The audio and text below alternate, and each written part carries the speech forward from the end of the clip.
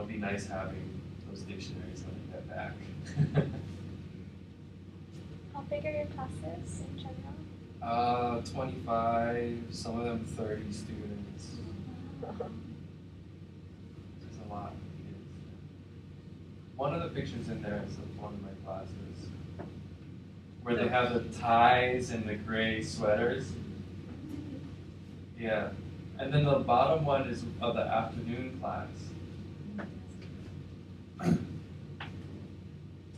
They put these uniforms on every day, and it's a miracle that they all get to class and they're mostly clean because they don't use washing machines over there.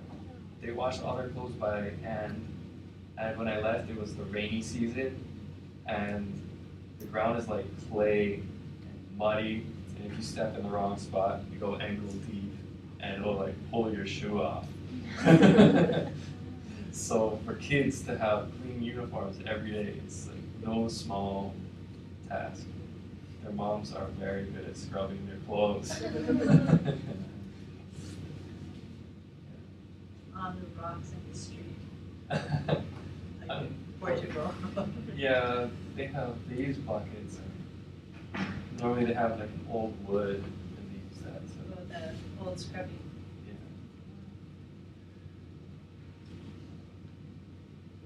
Let's see what else. So how many hours a day? It depends on the day. Normally I'll have 2 or 3 classes for morning, and then class in the afternoon. So 4 classes, 3 classes. Yeah, they're 1 hour each. They're normally, thank goodness I have a break most of the time, about an hour or so to regroup in between classes because the kids are really smart, but maybe not book smart. A lot of them already have the attitude like, oh, it's just school, you know? But they're very intelligent, but at the same time, they just think school doesn't matter so much. So they play, they talk to each other. Just yelling at them or whatever isn't enough. Some of the teachers will slam the tables. They have a stick in class, it's like a broomstick. I've never seen it used on a kid, but they slam the tables with it. I've seen one broken in the class, so it must have been really bad. But for me to get their attention, I normally just,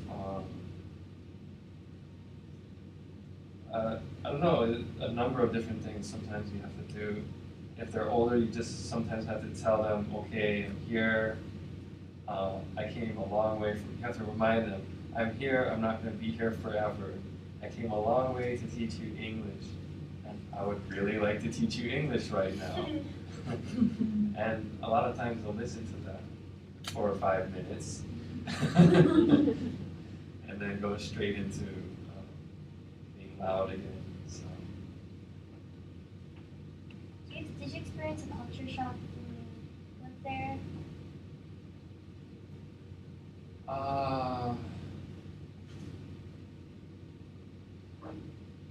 Not really. Well, it's always different adapting to another culture, but it's similar to over here, and everybody's late 15 minutes. It's laid back, like, and it wasn't too bad. I sort of had an idea of what to expect, and I'd also lived in Spain for a year, so I kind of had that going for me because I sort of knew Spanish. So it wasn't that bad. I'm sure if you didn't know how to speak Spanish and you're from New York or a big city and you went there, it would be rough. And their Spanish is a lot different than Spain Spanish. It's hard to understand even if you already know Spanish.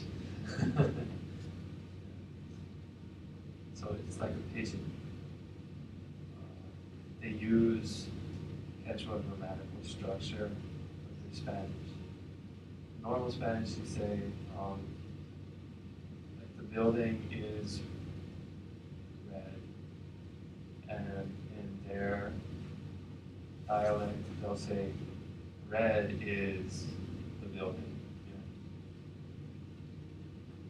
You can catch why the noun of the thing always comes last.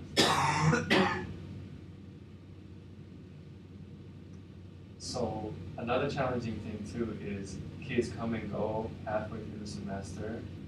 They have special education children in the class with normal students. Also, like the picture in there is of Tercero B, or third grade B, and in that class they put the less advanced students in there. So they,